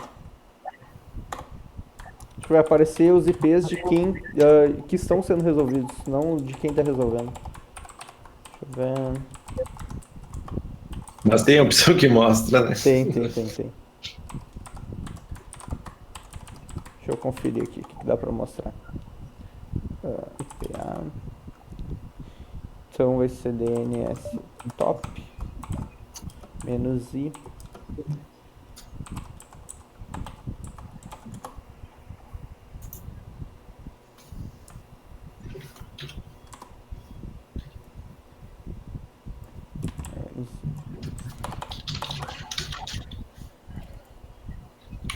Não, ele mostra aqui sim. Então, pessoal, como mostra aqui alguns IPs e alguns endereços que não é interessante. Acho que mostra. Todo mundo que está aqui vai fazer a aula de DNS. Eu vi, não tem ninguém. Não, todo mundo vai fazer DNS. Tá, Pode deixar que eu beleza. mostro. Então, mas tem ali na apostila os parâmetros para usar. A gente vai falar também sobre o TCP dump. O TCP dump a gente usa para fazer uma análise de pacotes dentro do nosso host. Então, vou instalar ele aqui, TCP dump. E a gente tem diversos parâmetros para passar para ele. Então, por exemplo, digamos que eu quero no TCP, deixa eu ver minhas interfaces, NP03, tá. Então, digamos que aqui eu quero TCP dump -i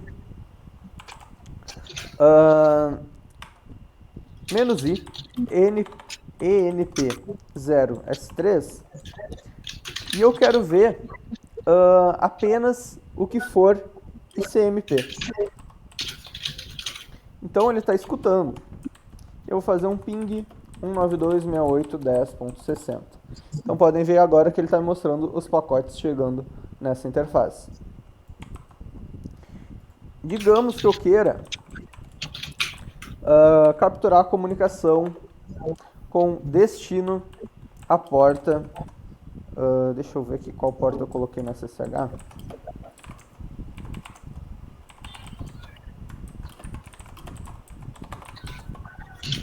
Então, quero fazer com destino à porta 53722. Então, ele vai capturar todos os pacotes da minha comunicação SSH. Digamos também que eu queira que seja apenas o que vir de um determinado endereço IP. Então, deixa eu pegar meu IP aqui. Desconectado.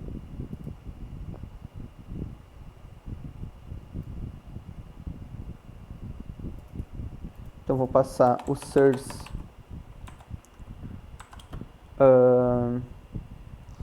como esse endereço. Então, podem ver que agora ele está capturando todos os pacotes que estão sendo encaminhados da minha máquina real para a minha máquina virtual. Então, vocês conseguem passar diversos parâmetros. Também port range, range de portas, podem estar fazendo algumas saídas para dentro de arquivos. Então, eu deixei alguns parâmetros ali na apostila bem detalhados para vocês estarem tirando as dúvidas caso precise. Alguma dúvida aí, pessoal? Que o conteúdo que a gente tinha para passar era isso, mais ou menos. Era isso, na verdade. Então, o conteúdo oficial ali do curso foi concluído. E a gente deixa esse restante de tempo para caso vocês tenham alguma dúvida, queiram fazer alguma interação. Aí vocês podem estar abrindo o microfone e conversando. Aqui então finalizamos então, né, Gabriel? Isso aí. Maravilha. Uma pergunta, quando é que vai começar a próxima edição aí com o Rude, né? Sim. Qual é a data? Semana que vem? Segunda-feira? Isso, não, é na... deixa eu ver, acho que é na terça-feira. Na terça, eu acho. Inclusive ali as aulas que o Rude estiver dando, eu vou estar participando junto ali. Então, até ajudar a tirar alguma dúvida no chat, assim como o Rude fez nas minhas aulas. Então, caso queiram trocar alguma ideia ele também, eu vou estar sempre na sala. Tá bom, é que assim, penso eu, né? Eu acho que a gente também vai digerir esse conteúdo todo aí durante esses dias aí. Aí eu acho que vai dar para chegar lá no próximo curso aí já com um pouco mais de conhecimento, pelo menos para mim, né? Não sei se aplica para todos, mas pelo menos para mim. Dutra, ali eu realmente não sei, nunca fui atrás de algum documento desse tipo. O que eu faço? Eu não instalo sudo em servidor. Não instalo. Caso precise para alguma coisa específica, eu instalo. Por exemplo, eu atendo um cliente que eu montei o servidor Radius dele. E ele precisa adicionar os concentradores PPoE quando ele configura no Radius. E para isso ele precisa dar um restart no Radius. É a única ação que ele precisa fazer. Então o que eu fiz? Eu fui lá, instalei o sudo para ele. Eu não passei acesso root ao servidor de FreeRadius, justamente para eu poder dar o suporte tranquilo para ele. Então, o que eu fiz? Eu instalei o sudo e criei uma configuração que ele só pode utilizar o restart no FreeRadius. Então, eu até passei a possibilidade de passar acesso root, só que aí, em caso fizesse alguma coisa errada, eu não poderia dar garantia, já que foi uma falha de configuração posterior, né? Então, aí por isso, eu utilizei o sudo apenas para ele fazer o restart do serviço.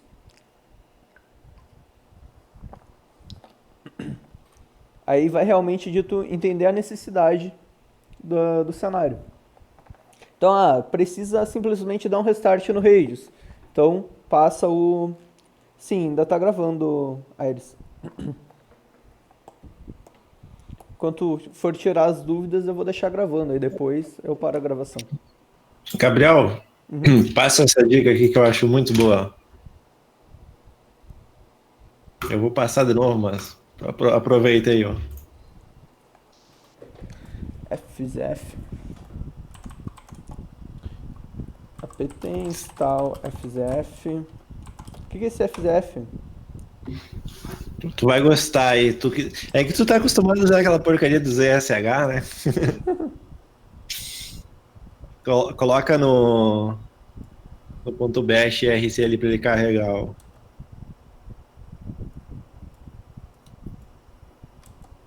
Vira root, dá um Ctrl R agora. Ctrl R? Dá um apt aí. Entendi. É um histórico que tu consegue navegar pra cima e pra baixo. Entendi. Muito útil, cara. Realmente. É que eu aqui na minha máquina, pessoal, eu utilizo mais o ZSH. Então podem ver que, ó, se eu começar a escrever um comando, ó, ele já me mostra o restante do comando ali. Então se eu boto pro lado, ele já completa tudo. Então eu utilizo dessa forma. Então se eu boto aqui, ó, um ping, ele já me completa. Então se eu começo a... Como? Também já usei o mesmo aí, o ZSH. Mas o FZF aí é novidade para mim. Cara, eu assim, ó, quem tá começando, eu não recomendo usar o ZSH porque ele te torna preguiçoso. E aí tu acaba virando escravo dele, porque tu sempre vai achar que o comando vai estar ali. Isso é verdade, é igual o tab, você usar tab. Cara, eu sou muito viciado em tab. Não, mas ainda se tu sabe o comando, esse FZF, porque assim, no bash normal, ele te abre um Ctrl R, ele abre um histórico ali dos teus comandos. Só que ele complementa ali, ele fica mais bonitinho e a busca dentro dos comandos. Então, se tu quiser, o que eu instalei, se dá um apt install, ele vai te dar todos os... Ele vai ler o histórico, né, dos comandos já realizados. Eu mandei um outro ali no chat, Gabriel, o NeoFet e o ScreenFet. O pessoal deve se perguntar como é que aparece aqui quando tu abre o terminal, ele aparece bonitinho, então... É que eu uso aqui o quê? Eu uso o NeoFet. Então, eu simplesmente instalei o NeoFet. Vocês podem instalar fazendo apt install NeoFet. No caso, aqui com sudo, porque é um Ubuntu e a gente não está como root. E aí depois o que eu fiz? Eu vim em .zshrc. De vocês vai ser bash rc, provavelmente, se vocês não estiverem usando ZSH, assim como eu. Faz a VMzinha lá. Ah, instalar aqui mesmo. Então, ó, apt install neofetch.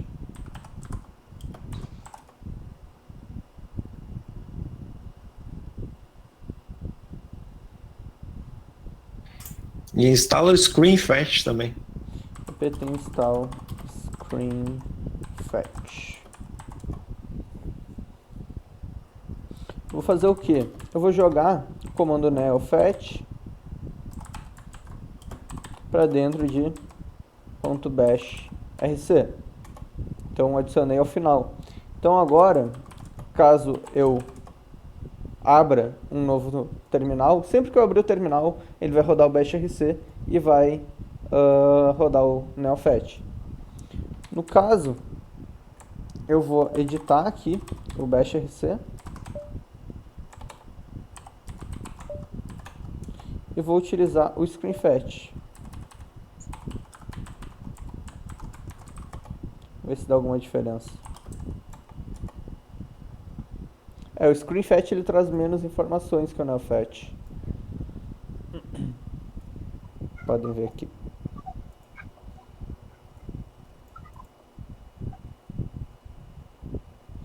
É bem legal. Eu coloco aqui no meu Ubuntu e ele me traz todas essas informações aqui, a versão, qual o meu dispositivo, no caso é um Dell G3, o kernel, o meu uptime, quantos pacotes tem, o meu shell, resolução, qual meu desktop environment, ou seja, qual o meu ambiente de trabalho, é o GNOME. Então, eu nunca tentei, Clayton, é uma boa pergunta. Eu realmente nunca tentei personalizar. Não sei te dizer, nunca tentei. Eu sempre me mantive no default mesmo. Gabriel, Sim? posso estar enganado, mas no início do curso, quando foi o gerenciamento de pacotes, foi explicado a questão de como a pessoa pode pesquisar por um pacote no Sim. repositório? Não me Sim, lembro. com o apt search. Eu falei ali do... Isso, isso. É só porque, para mim, aqui eu não estava lembrando e eu acho que é muito importante para a galera. Sim. Foi ali, mas eu posso retomar aqui, só deixa eu abrir o AVM. Então ali para procurar um pacote, só vão usar apt search e o nome do pacote, por exemplo, Apache. Então vocês vão procurar tudo relacionado a Apache. Tá, também esses comandos todos do apt vocês vão conseguir encontrar na apostila. Tem tudo detalhado ali e alguns exemplos.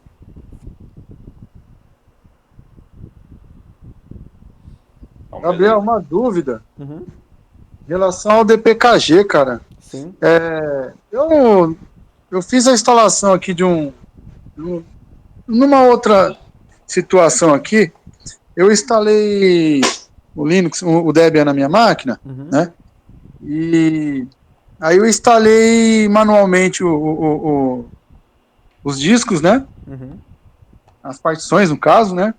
E separei home, temp, var, etc. Deixei uma cota de disco para cada partição dessa. Aí, beleza. Instalei lá o sistema do banco lá e subiu, rodou certinho, bonitinho. Eu tinha acesso ao meu banco. Beleza. Agora, aí eu formatei a máquina, né? Eu fiz umas loucuras na máquina, pá, beleza. Formatei, subi de novo. Agora não consigo mais nem a pau, cara, instalar o sistema de novo do banco, né, de segurança. E tá dando um erro no DPKG. Uhum. Ah, Aí tem que ver bem qual é o erro que tá dando, porque pode ser erro de dependência, pode ser algum erro de pacote quebrado. Aí seria interessante tu mandar ali qual erro que tá dando. Aí vai ter diversas formas de tu corrigir. Ali até o Rudy mandou ali, apt install "-f", apt install auto remove para tu remover alguns pacotes. Inclusive tem um aluno que eu ajudei ele a instalar o VirtualBox e ele tava com uns pacotes quebrados Mas na máquina. isso- E aí o Roberto, ele me chamou, ele que não tava conseguindo instalar o VirtualBox e eram alguns pacotes quebrados. Certo. Isso acontece por quê? Geralmente na instalação num pacote, quando dá alguma falha e fica algum resto de algum pacote ou alguma coisa do tipo, ele vai ficar quebrado, digamos que a instalação, ele fez alguma parte, mas não concluiu, deu problema. Pode ser também que seja algum problema de dependência. No caso, você instalou um pacote, mas ele dependia de outro pacote que você não instalou. Então ele vai dar um erro de dependência também. Então, quando você baixar um arquivo .deb, eu sugiro que você não use o dpkg a princípio. Pode usar o próprio apt para instalar um .deb. Então tu pode dar sudo apt install, aí tu bota aqui arquivo.deb. Certo. Então aí ele vai pegar aquele arquivo teu .deb e vai fazer instalação com o apt. Então ele não vai usar o dpkg. Entendi. Eu vou tentar dessa forma aí, então. Certo? Porque aí se tiver alguma dependência ele já vai tratar e já vai baixar. Não, ele aparece umas coisas, uns erros lá.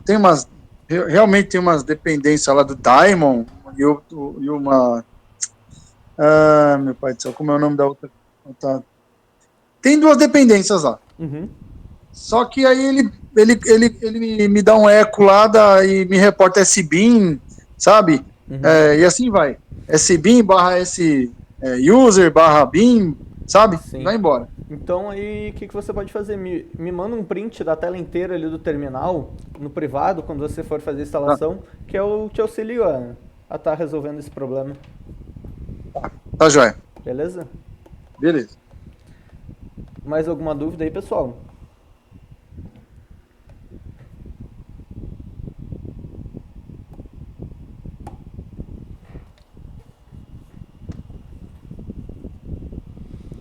Beleza, então. Se não tem mais nenhuma dúvida, eu vou encerrar a gravação por agora. Agradeço a todos aí a confiança, a oportunidade de estar passando esse conhecimento para vocês.